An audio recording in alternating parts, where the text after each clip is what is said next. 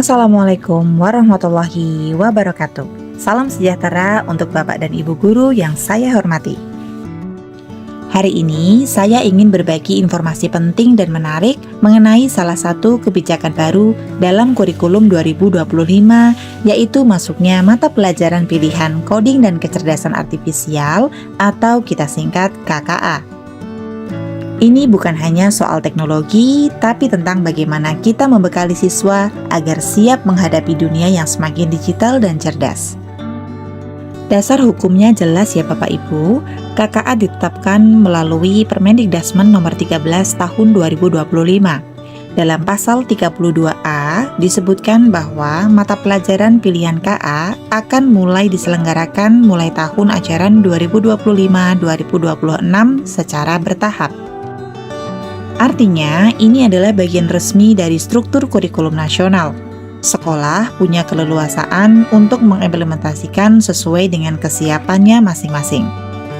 Lalu timbul pertanyaan, mengapa sih coding dan AI perlu diajarkan kepada siswa? Jawabannya, karena dunia sudah berubah. Teknologi hadir dalam semua aspek kehidupan. Coding itu ibarat bahasa baru yang harus dikuasai seperti bahasa Inggris. Dan AI atau kecerdasan buatan bukan lagi sesuatu yang jauh, tapi sudah ada di HP kita. Contohnya ada di Google, YouTube, dan bahkan Instagram. Kita perlu membekali anak-anak dengan pemahaman bukan hanya untuk menjadi pengguna, tapi juga pencipta teknologi. Program KKA ini sangat erat kaitannya dengan pembentukan dimensi profil lulusan. Coba kita lihat. Dengan belajar coding dan AI, siswa akan mengembangkan penalaran kritis, kreativitas, kolaborasi, komunikasi, bahkan kemandirian. Jadi, ini bukan hanya tentang mengotak-atik komputer, tapi bagian dari pembentukan karakter dan kompetensi abad 21. Dalam kurikulum baru ini, pendekatannya berbasis pembelajaran mendalam atau deep learning. Artinya, kita tidak hanya mengejar capaian akademik, tapi juga olah pikir, olah hati, olah rasa, dan olahraga. Nah, pembelajaran KKA memungkinkan siswa mengeksplorasi secara aktif, menyelesaikan masalah nyata, bahkan menciptakan sesuatu yang bermakna. Mereka belajar dengan cara yang berkesadaran, bermakna, dan menggembirakan. Untuk pelaksanaannya tersendiri, bisa melalui mata pelajaran pilihan di kelas, bisa lewat kokurikuler lintas disiplin, atau dijalankan sebagai ekstrakurikuler terstruktur. Jadi, satuan pendidikan bisa mulai dari yang paling sederhana dulu. Yang penting, semangatnya adalah memberikan akses pembelajaran digital yang bermakna bagi siswa. Selanjutnya, apa sih yang akan dipelajari dalam KKA? Untuk coding, siswa akan belajar logika, algoritma, pemrograman visual seperti Scratch atau Pictoblocks.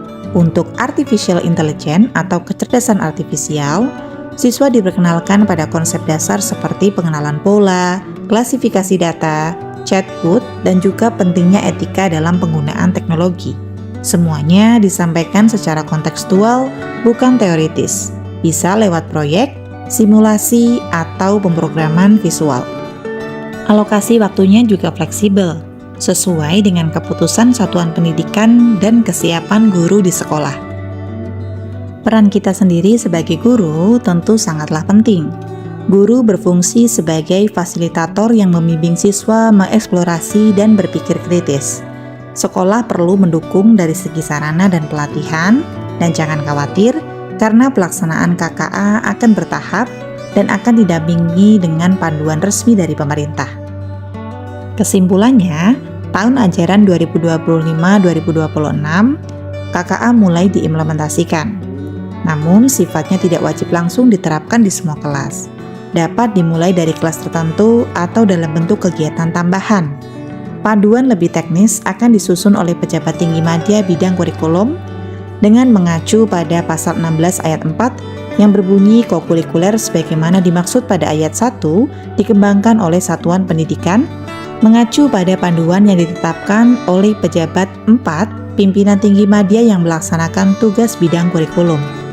Demikian kurang lebih inti dari apa yang disampaikan melalui Permendikdasmen nomor 13 tahun 2025 tentang KAA ini.